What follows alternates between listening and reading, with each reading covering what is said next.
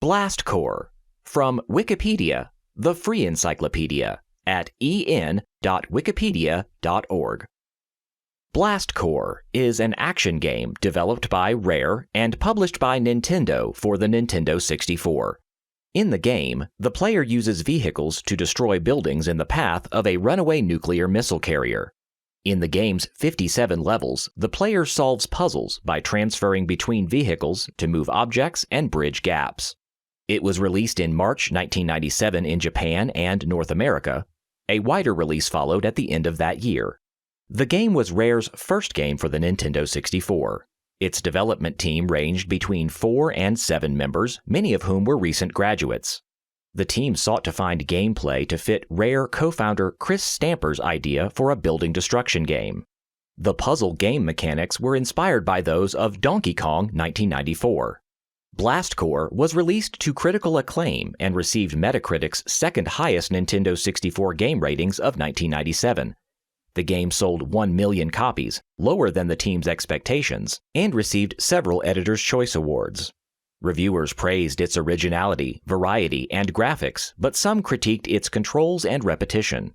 Reviewers of Rare's 2015 Rare Replay Retrospective compilation noted Blast Corps as a standout title.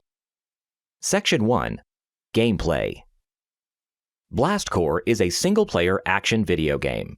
The player controls vehicles to destroy buildings, farms, and other structures in the path of a runaway nuclear missile carrier. The player fails if the carrier collides with an object. The 8 demolition vehicles vary in the way they clear structures. The bulldozer rams, the dump truck drifts, the lightweight buggy crashes from higher ground, the tricycle shoots missiles, another truck presses outwards from its sides, and robot mechs tumble and stomp from the land and the air. The player must transfer between vehicles and other machinery to solve puzzles. Objectives include transporting timed explosive crates and bridging gaps. The game's puzzles increase in difficulty as the player progresses through its 57 levels. The world is portrayed from a 3/4 overhead view. The player can adjust the game's viewable perspective with zoom and horizontal panning functions. Pop-up hints will guide the player in the early stages of the game, and other characters audibly encourage the player as each level wears on. The cheery soundtrack increases in tempo as the level's timer runs low. After completing a level, the player can return to explore without a time limit. By finding secrets and activating lights throughout the level, the player raises their score and final medal ranking. There are also secret levels hidden throughout the game where the player completes objectives against the clock.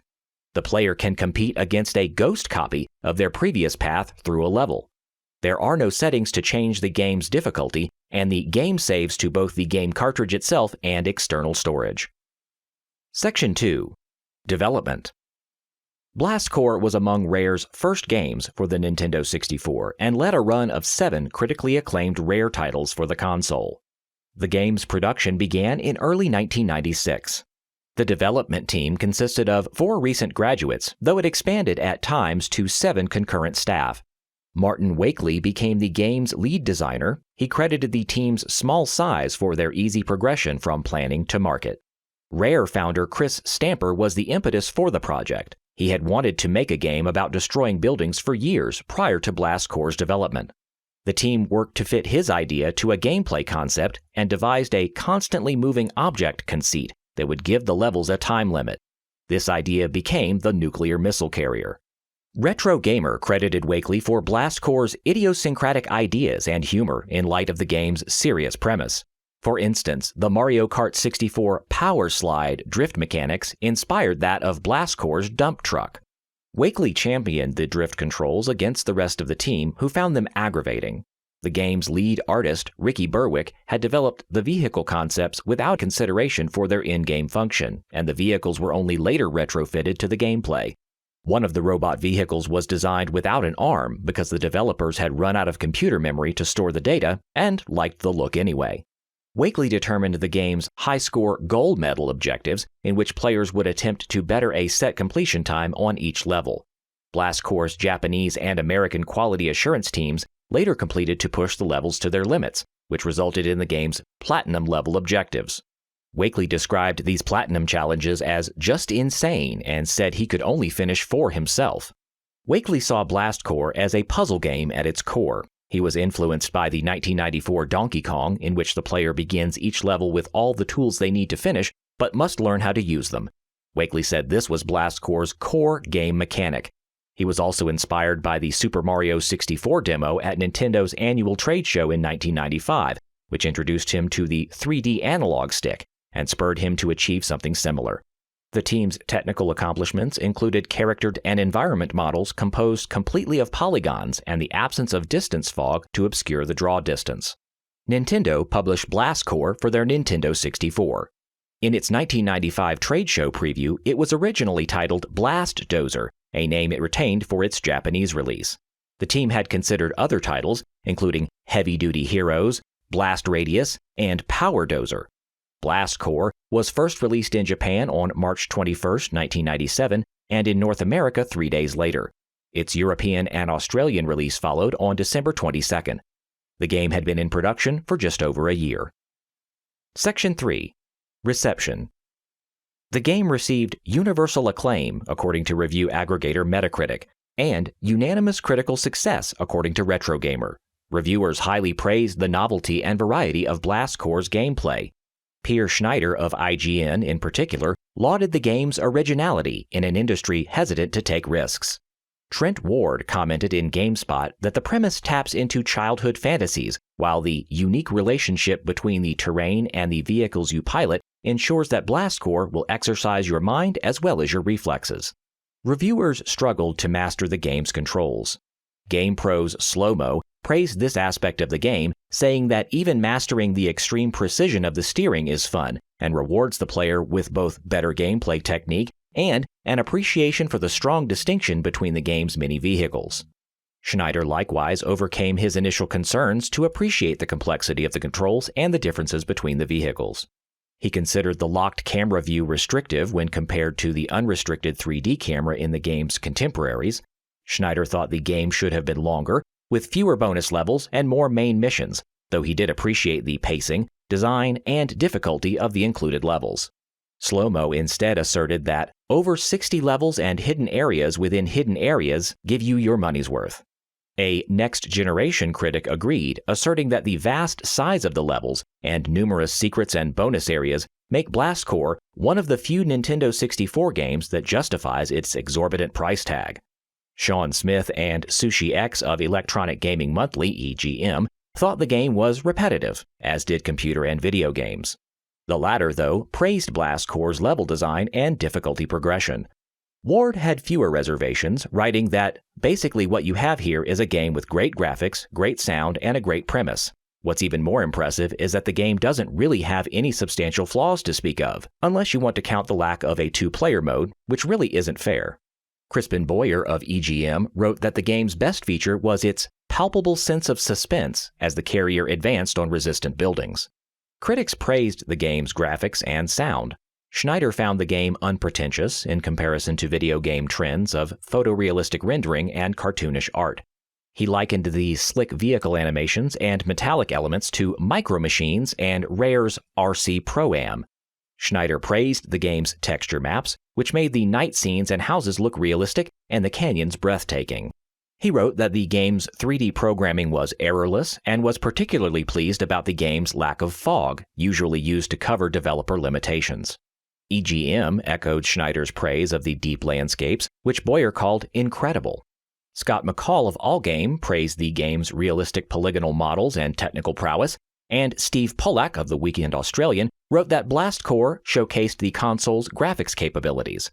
Schneider described the soundtrack as between 70s pop, disaster movie score, and Country Bear Jamboree. He praised the range of engine, tire screeching, and crashing sound effects. Reviewers disliked the country music tracks with jaw harp. IGN wrote that Blast Corps exemplified qualities of enjoyable Nintendo Entertainment System and arcade games, while EGM considered the game unlike all others. RetroGamer wrote that the game's combination of puzzles and continuous destruction made the game so unique as to defy genre classification. The magazine described the gameplay concept of returning to explore without a time limit as a stroke of genius. Retro Gamer thought of Blast Corps as a 3D successor to nail-biting reaction games such as Locomotion. Computer and Video Games agreed with the reader that Blast Corps was part of a destroy subgenre, including games like Desert Strike, Return Fire, and Body Harvest. And Matt Fox of the Video Games Guide put the game in a lineage with Highway Encounter and Lunar Jetman. Slow-Mo said it was like Pilot Wings with a kamikaze twist. It's a multifaceted game that melds a slick vehicle sim and a mind-thumping action strategy challenge with massive destructive force. Schneider said Blast Corps was on par with the quality of Shigeru Miyamoto games and an excellent display of Rare's potential. Next Generation described it as effectively every Tonka fantasy brought vividly and explosively to life. EGM named it a runner-up for Most Original Game of the Year behind Parappa the Rapper at their 1997 Editor's Choice Awards. Blast Corps sold close to 1 million copies. The game sold reasonably well in Japan. Metacritic ranked the title among the top 10 games released in 1997. It remained Metacritic's highest-ranked 1997 Nintendo 64 game after GoldenEye 007. Blast Corps was selected as the Electronic Gaming Monthly's May 1997 Game of the Month and an IGN Editor's Choice. Later the same year, Electronic Gaming Monthly ranked it number 93 on their 100 Best Console Video Games of All Time, remarking, "Come on, not only are you driving all the vehicles you thought were mega cool as a kid, you're using them to plow through buildings." 4 of 6 Nintendo Power reviewers recommended the game. Section 4. Legacy. Wakely, the game's designer, considered making a sequel as an action combat game, but thought the concepts behind Blast Corps had been fully exhausted. After praising the game in a 2010 Rare retrospective feature, Retro Gamer's writers craved a sequel. The magazine said the title was proof of the company's inventiveness. Steve Ellis, who was a programmer at Rare, thought Blast Corps to be among the company's most underrated games, and though its physics were now dated, he continued to find the game fun enough to revisit regularly. Blast Corps is included in Rare Replay, a compilation of 30 Rare titles released on the Xbox One on August 4, 2015. The release's bonus features included behind-the-scenes interviews with Blast Corps' developers. Blast Corps was a standout favorite among Rare Replay reviewers. Rare's Blast Corps began a run of highly praised Nintendo 64 games, including GoldenEye 007, Banjo-Kazooie, Perfect Dark, and Jet Force Gemini.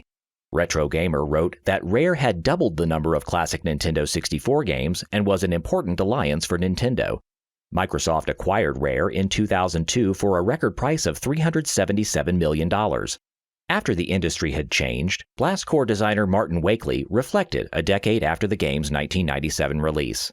In 2009, Wakely said a studio would rarely entrust the scope of a project like Blast Corps to a team of 4 recent graduates. The staff of Nintendo Power 1997 and IGN 2014 both listed Blast Corps in the bottom halves of their top 100 Nintendo games of all time. Official Nintendo magazine ranked the game 84th on a list of the greatest Nintendo games. This sound file and all text in the article are licensed under the Creative Commons Attribution Share-alike 3.0 Unported License, available at creativecommons.org/licenses/by-SA/3.0.